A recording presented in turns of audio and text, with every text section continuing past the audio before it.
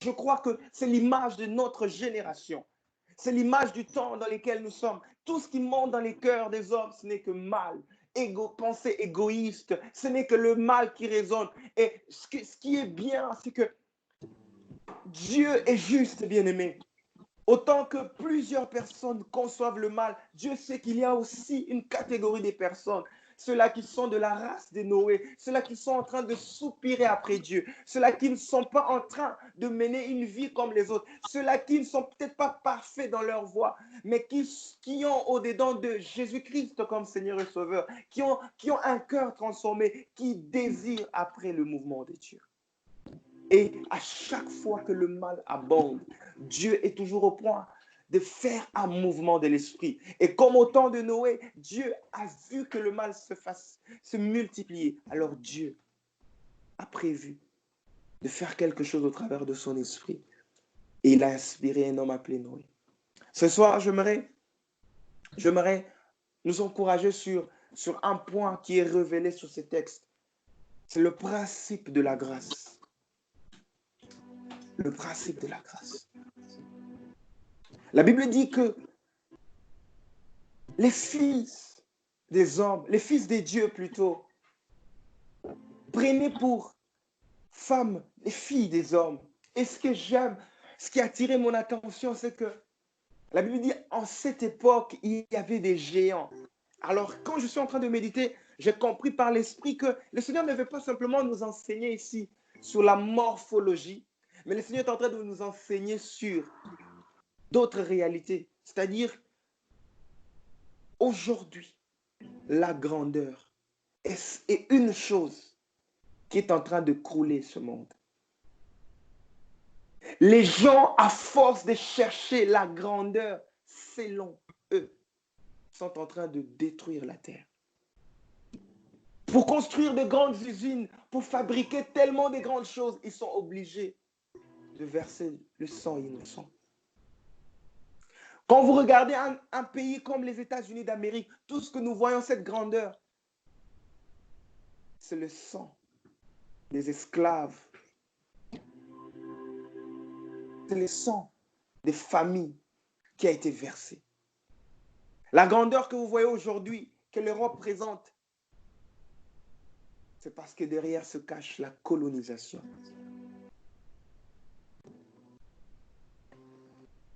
Ainsi, le Seigneur est en train de nous interpeller à nous, chrétiens, de comprendre et de redéfinir la grandeur selon Dieu. Parce que si ta définition de la grandeur n'est pas selon Dieu, tu risques d'être un géant dans ce monde et non dans le royaume de Dieu.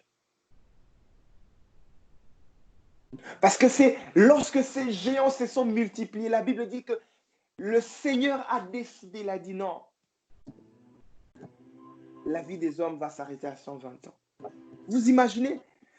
Est-ce que vous essayez de réfléchir que les gens pouvaient vivre 600 ans, 700 ans, 800 ans, 900 ans, mais à cause du péché, Dieu est obligé de réduire. J'aimerais dire à quelqu'un, le péché réduit. Le péché nous réduit. Avec le mal, on ne fait pas long feu. Des relations de péché réduisent la vitalité. Une vie de péché conduit à la mort. À chaque fois qu'il y a le mal, la mort se prévient d'intervenir. Dieu est obligé d'envoyer la mort à cause du péché. Parce qu'il voit le mal. Mais ce que j'aime dans ce texte, c'est que, alors que le déluge représentait le mal que les hommes étaient en train de faire, parce que Dieu est juste, la grâce de Dieu a surabondé.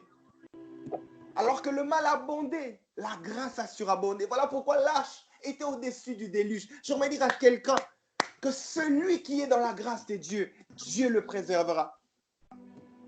Celui qui marche avec Dieu, Dieu le gardera dans cette génération. Bien-aimés, nous sommes dans une période critique. Le mal est partout. tout est opportunité de faire le mal. À l'université, au travail, dehors, même dans les couples, le mal est en train de rentrer, bien-aimés.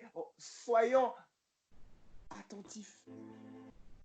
Le mal ne fait que de se multiplier. Les divorces parmi les croyants, bien-aimés, un homme de Dieu disait, il est allé voir. Je ne sais pas si c'est un magistrat ou quelqu'un qui travaillait dans le secteur public est venu lui voir. Il dit, qu'il ne cesse de remarquer le taux des divorces parmi les chrétiens s'accroître.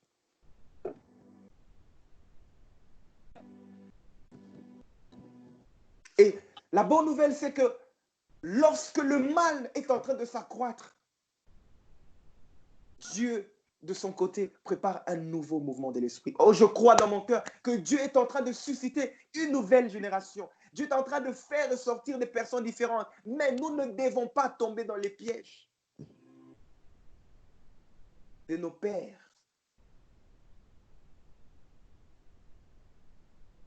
Se préparer au mouvement de l'esprit. Pour accéder à la grâce de Dieu, il faut avoir une définition de la grandeur selon Dieu. Noé n'a pas fait comme les autres. Noé a accepté d'être petit aux yeux des hommes, mais d'être grand aux yeux de Dieu.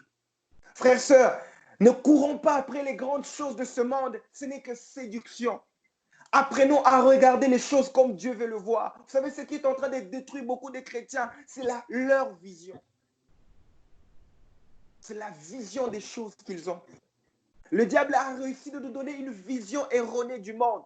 J'entends des gens courir après tellement de grandes choses.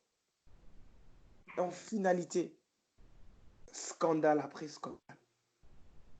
Scandale après scandale. Une des choses qui peut nous garantir de vivre le mouvement de l'esprit bien-aimé, c'est de nous abriter dans la grâce. Parce que l'arche est l'image de la grâce. Et la Bible nous dit que la grâce de Dieu, elle est source de tout salut. Elle nous enseigne à renoncer. Frères, sœurs, il n'est pas possible que nous soyons devenus chrétiens sans que Jésus ne nous ait enseigné la rénonciation. Ce n'est pas la grâce. Une grâce qui nous parle que de belles choses n'est pas la grâce. La première des choses que la grâce fait, elle nous enseigne à renoncer. Elle nous enseigne la rénonciation.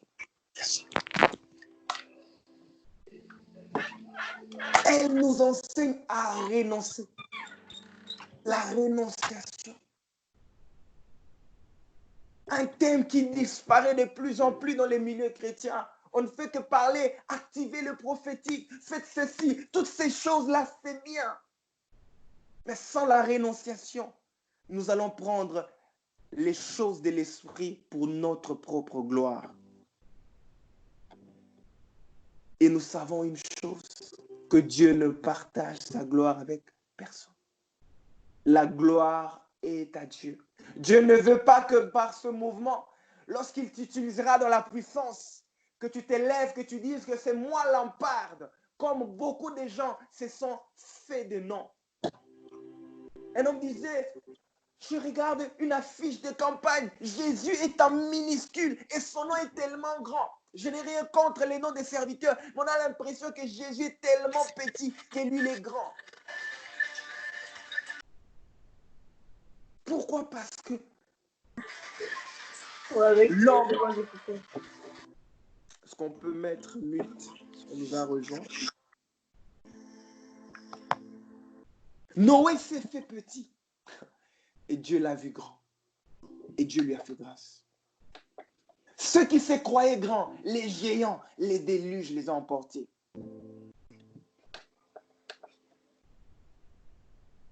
Le déluge les a emportés.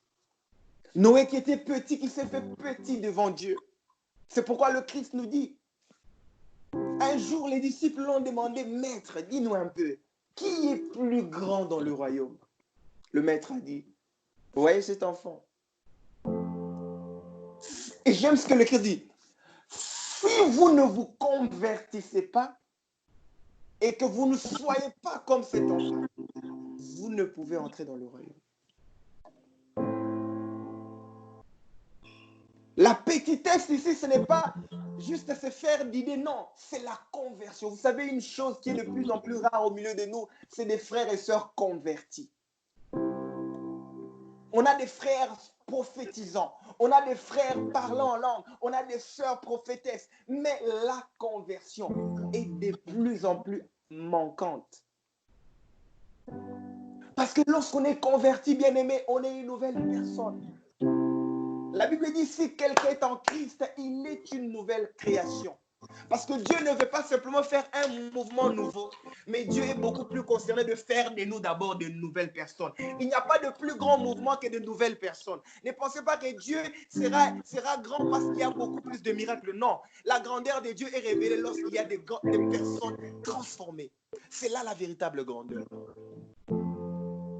Ne pensez pas que Dieu sera impressionné lorsque beaucoup de gens vont expérimenter la guérison. Non, le ciel est impressionné lorsque le mouvement de l'esprit fait naître de nouvelles personnes. Ne pensez pas que Dieu est préoccupé à guérir les malades. Non, Dieu est préoccupé à faire de nouvelles personnes pour hériter la nouvelle cité. Oui, parce que la nouvelle création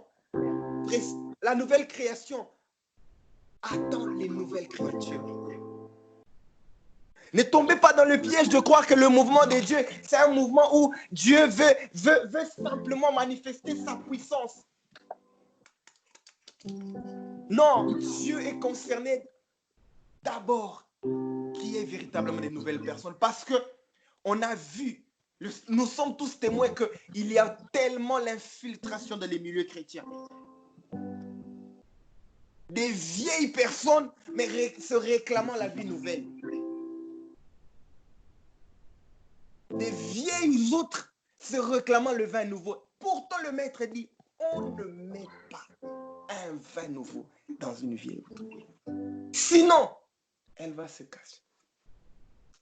Beaucoup se sont cassés. Pas parce que le diable les a cassés, non. Parce que simplement, c'était des vieilles outres.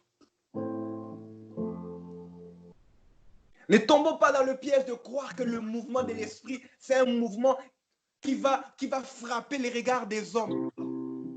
Non. C'est un mouvement qui doit changer les cœurs des hommes. Car Dieu veut vraiment changer les cœurs. La Bible dit que Dieu a vu que les pensées de leur cœur étaient chaque jour tournées vers le mal. Et vous pensez que Dieu viendra pour leur éblouir, faire des... Non, c'est dans les cœurs. Le mouvement de Dieu est précis. Frère, le mouvement de l'esprit est précis. L'esprit n'agit pas par l'émotion de l'homme. L'esprit touche l'essentiel. L'esprit se rassure que nous avons la bonne part, qu'il ne peut nous être ôté. L'esprit ne vient pas remplir nos convoitises parce que beaucoup de prières des croyants de nos jours sont en réalité l'expression des convoitises. Car quelqu'un qui n'a pas renoncé est condamné à mal prier et à être un faux adorateur. Parce que pourquoi dans son adoration, la gloire n'est pas vers Dieu, la gloire est pour lui par Dieu. C'est pourquoi nous avons des chansons où on parle de Dieu, mais en réalité, on remarque que non, il y a l'homme dedans. Or, la Bible dit que tous ceux qui respirent louent l'Éternel.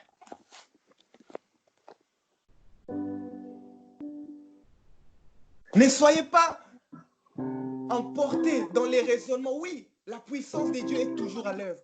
Mais sachez que le véritable mouvement de l'esprit, ce serait le mouvement des cœurs, des vies transformées et surtout des nouvelles personnes. Parce que Dieu était au point de faire une vie nouvelle. Parce qu'il voulait en finir avec la vie d'autant de Noé. Nous ne savons pas comment c'était à l'époque. Ils vivaient 600 ans. Je n'ai aucune idée. Si on a des dinosaures, je ne sais pas. Quels animaux il y avait, je ne sais pas. Peut-être qu'il y avait des dinosaures. Mais Dieu était concerné de faire un nouveau monde. Et pour ce faire, l'esprit a localisé un homme qui avait compris l'importance de la grâce. Parce que dans notre génération, la grâce n'est qu'un mot. Nous présentons nos propres efforts et nous attribuons cela. C'est la grâce de Dieu. Pourtant, c'est bien nos efforts. L'apôtre Paul est clair, il dit, si c'est par les œuvres, ce n'est plus la grâce. Si c'est par les œuvres. Nous avons des gens qui bâtissent, qui montrent leurs propres œuvres. Ils attribuent, c'est la grâce de Dieu. Lisons les témoignages des hommes qui ont marché avec Dieu. Et vous verrez que, frère, Dieu est capable d'accomplir ce qu'il a dit. Dieu n'a pas besoin de l'intervention de l'homme. Dieu est Dieu sans l'homme. Dieu peut faire sans l'homme ce qu'il a prévu de faire. Ce soir, je voulais juste nous préparer à comprendre l'importance du mouvement de l'esprit. De ne pas tomber à côté, de croire que non, si nous voyons que les malades être guéris, si nous ne remarquons que des paralytiques marchaient, que nous nous arrêtions là. Non, frère, ne nous arrêtons pas là. Mais lorsque nous verrons véritablement des vies transformées, sachant que Dieu a véritablement agi. Car nous pouvons voir que les apôtres ont été véritablement transformés. Je n'ai point lu l'apôtre Pierre abandonner Jésus après. Je n'ai point lu qu'un des apôtres a laissé le Christ. Pourquoi simplement? C'est parce que ce sont des personnes qui ont connu la transformation. Si nous insistons sur ces choses, bien-aimés, c'est parce que ce sont des choses importantes. La puissance est un domaine de Dieu. Vous savez, on peut beau parler sur la puissance. La puissance, elle est mieux lorsqu'elle est démontrée. Car je peux vous parler de la puissance, mais en parlant, je pourrais limiter l'œuvre de Dieu. La puissance, Dieu la démontre par des choses extraordinaires. Et moi, je crois que Dieu fera ces choses. Et il est au point de le faire. Mais Dieu veut que nous soyons conscients de l'essentiel. Des nouvelles personnes. Il faudrait que les gens témoignent que non, le Lampard que j'avais connu, c'est quelqu'un d'autre. La sœur Greta que j'avais connue, et ce n'est plus la même. Là, je saurais que le Saint-Esprit est réellement l'œuvre dans ma vie. Dieu était au point de faire une vie, quelque chose de nouveau. Il a sélectionné quelqu'un. Quelqu'un qui ne suivait pas le train du monde. Quelqu'un qui était petit aux yeux des hommes. Mais c'est sur lui que la grâce a surabondé. Vous savez, souvent, beaucoup de personnes interprètent mal cette idée. Là où le péché a abondé, la grâce a surabondé. Pensant que non, la Bible dit là où le péché a abondé, la grâce. La Bible ne dit pas sur les pécheurs. Là où là où le péché a abondé, la grâce a surabondé. C'est l'homme nouveau que Dieu fait surabonder sa grâce. C'est sur l'homme qui se convertit, qui subit, qui expérimente cette grâce surabondée. Voilà, j'aimerais donner la parole à l'homme de Dieu, Aaron, pour nous conduire dans la suite de ce temps de prière. Voilà pour ma part ce que je voulais encore nous encourager sur la préparation. Se préparer au mouvement de l'esprit, préparer nos esprits. Car si l'on n'est pas préparé, on peut passer à côté. Voilà, que Dieu nous bénisse.